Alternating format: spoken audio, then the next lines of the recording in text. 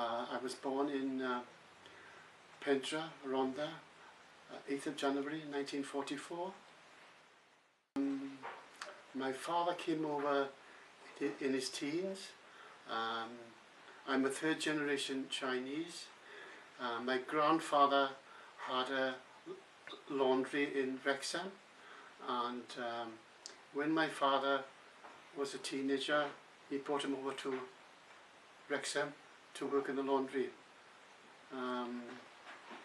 Then somehow they moved to Pentra, and then my father went back to China, married my mother, and my mother came over in 1937, I think. I had generally two experience. I have no discrimination. We were born in the Rhondda. There was only two other Chinese family. It's mainly because I think the number of Chinese were very limited, and I think the problem comes when there's a lot of immigrants.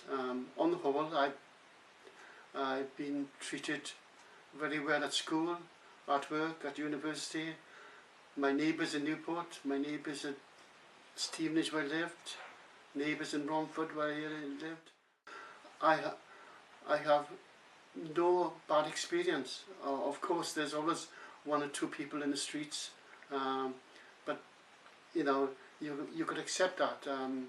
But generally, I have no problems with racial discrimination. I think because, especially if you had no education and you find people strange to you, then your mind become narrow on anything different. You feel strange and threatening, you know. And I think most Chinese in my father generation, mother generation, had some form of not discrimination, but you know, shout at you or say you're Chinese, or you know what I mean. That is the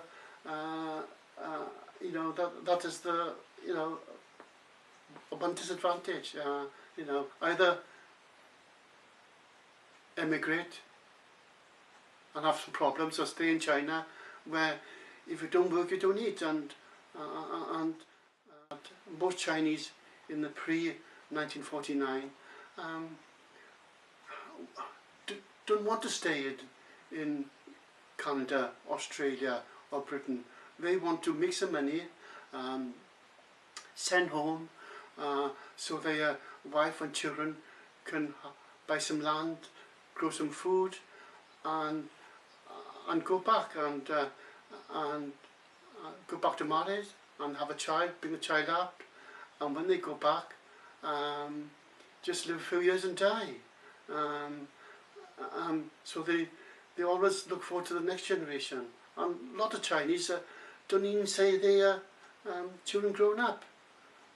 And I think a lot of people don't realise that pre-1949 people didn't want to emigrate. They only emigrated because they had no choice. Imagine, no education, no language. You know, it's hard enough when if you're born in this country with no education. So I think, according to my parents, the reason why they opened a laundry is that because they had, you know, they had no education, so they can't work, and they don't have to have any capital. So the laundry, you just had a bucket of water and soap, and that's why a lot of people open laundries. I heard from my parents that especially a lot of Chinese who emigrated in America, they didn't tell their wives or children what they do because they were so ashamed, you know. And I think people don't realise how hard it was in those days, you know. Imagine, like my mother, she never go out because there was no Chinese food, there's no English, and she worked 7 days a week. The only Chinese was in Cardiff. Um, when my fathers were in his teens, he was a good swimmer. Unlike me, I'm hopeless, and he's a good soccer player. But he didn't like education though. So I was born in Rwanda. And when I was 5, we went back to China because my father thought that China's been fighting all these years. He didn't expect the communism to come. He wanted us to go back to China, to be educated in China. So I went back when I was about 5.5. I came back when I was 8. When the communists took control. And as a result, my English is not as natural as because I missed the 3 important years, you know, of reading from 5 to 8, and also from a working class family. You don't have books, you know, they don't speak English. So I found it a bit of struggle after that. And because I was born in here, I got more English friends than Chinese friends. Of course I got a lot of Chinese, not a lot, but few Chinese relatives. Because my Chinese is terrible. I speak my parents' dialect. So I can't communicate with the proper Chinese who only speak Chinese. But I think there are 3 lots of Chinese really. I think the pre-1949, those Chinese were hard-working, and when my father did business with them, it's just with a handshake. After 1949, I think a lot of Chinese from the mainland came to Britain as cooks and all that, because they opened restaurants, and a lot of the Chinese were from Hong Kong, you know, not our indigenous, because I'm Cantonese and from a certain region where there's known for people to emigrate to other countries. I read it in an article in the internet that there's more Chinese from that region abroad than in that region, China itself. So I think pre-1949, if you all the Chinese were from that region, and even if you go to San Francisco now, Chinatown, they speak my dialect. They will, you know, if you speak Mandarin to them, or they won't understand you. I think it's similar to San Francisco and New York. So there's quite a lot of Chinese from the mainland. No, not quite a lot, but there were a few Chinese from after 1949 came to Britain because their relatives were here, so they could be trained as cooks, you know, and the reason they came here because they were cooks. But there were a lot of people, I gather, from Hong Kong were not Cantonese, so that's the second wave of immigrants. And the third wave of immigrants are from mainland China, and I think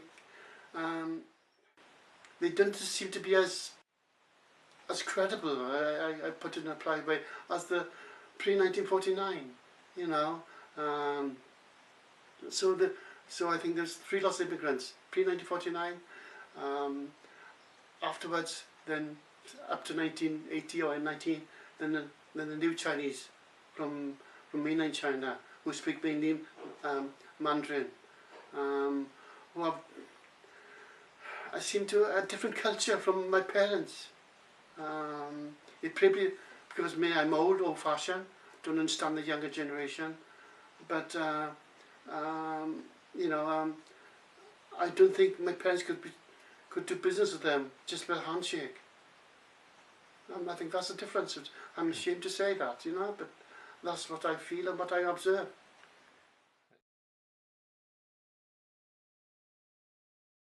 The main person who helps a lot is Pat. I think she did a tremendous lot of work. And people come to Pat and me for going to the doctors, seeing solicitors, going to council, because they couldn't speak English, you know, mainly from this new wave of Chinese from Chinese mainland. So that I think there was a need for it. So May realised that. So what she did was she didn't know how to go about, you know, doing it, and the only way to do it was to well, me, Pat, and my sister May had to put some money in so we could start renting a place, so we could register as charity.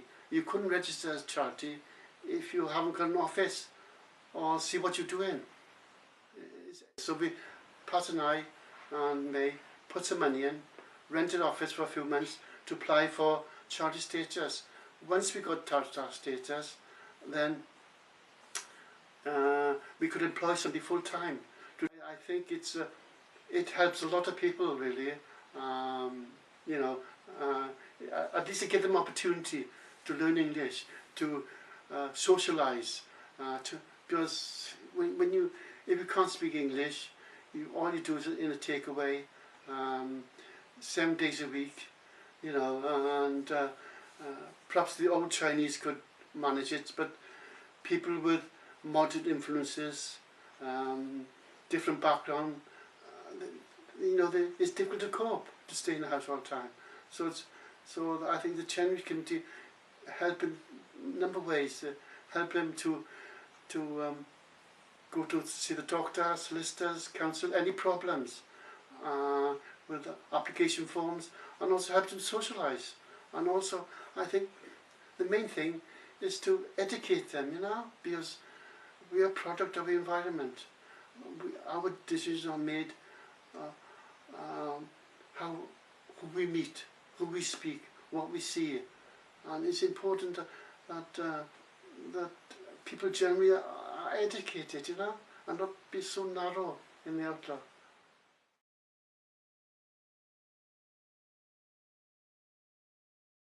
One advice is that when they want to emigrate, they just see one thing as a better life for themselves, but they don't realise that in the long term they will integrate, and majority Chinese, only their name will be left. They don't realise that. My generation realised that long ago. My parents' generation, they all wanted to Chinese, marry Chinese. But because you're product of the environment, because your children born in here, you have more English friends. Therefore, that will inevitably happen. I see other cultures where they think that, well, they want the cake and eat it. You know, you're born in this country, so your children are bound to be a bit westernised. And as the generation go on, they'll be more westernised. And in the end, they will intermarry. And you will lose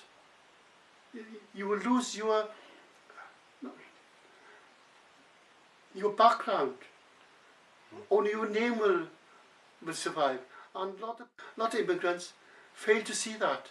When that happens, they make their daughter marry like in other cultures, you know. But, you know, the only thing to stop it is to go back. But they don't want to go back, you know. So, you know, and I think a lot of people don't understand that. So I said, if you're prepared to emigrate, prepared in future generation, not this generation or next generation, but you will intermarry and you will lose your Chineseness. I think it's important that they know where they come from, and they keep the culture. But you know, life itself. You can't have your cake and eat it. You know, because we protect the environment. Although I look Chinese, I'm sure I'm more Welsh than Chinese. I understand this because parents are Chinese, and I've been to China when I was small, but they must prepare to lose their identity in the long run. If they're not prepared to do that, then they will die unhappy. The children will be unhappy. I think when you emigrate to another country, you must behave more properly than if you were indigenous, because you represent Chinese. If you do something wrong, they think everybody is like that. And I think one of the reasons that I've been treated properly, because I treat everybody, whether it's a doctor or a road sweeper, with the same attitude. Just because he's a road sweeper doesn't mean that he can't think. It could be opportunities. And when he's brought up, if his parents were brought up with a middle class job, he'd probably go to university. So I think you must behave yourself when you come to another country. And however you disagree with their culture, you've got to accept it. You can't put your views against them, because this is their country. And I think if you behave in that way, I think they will respond.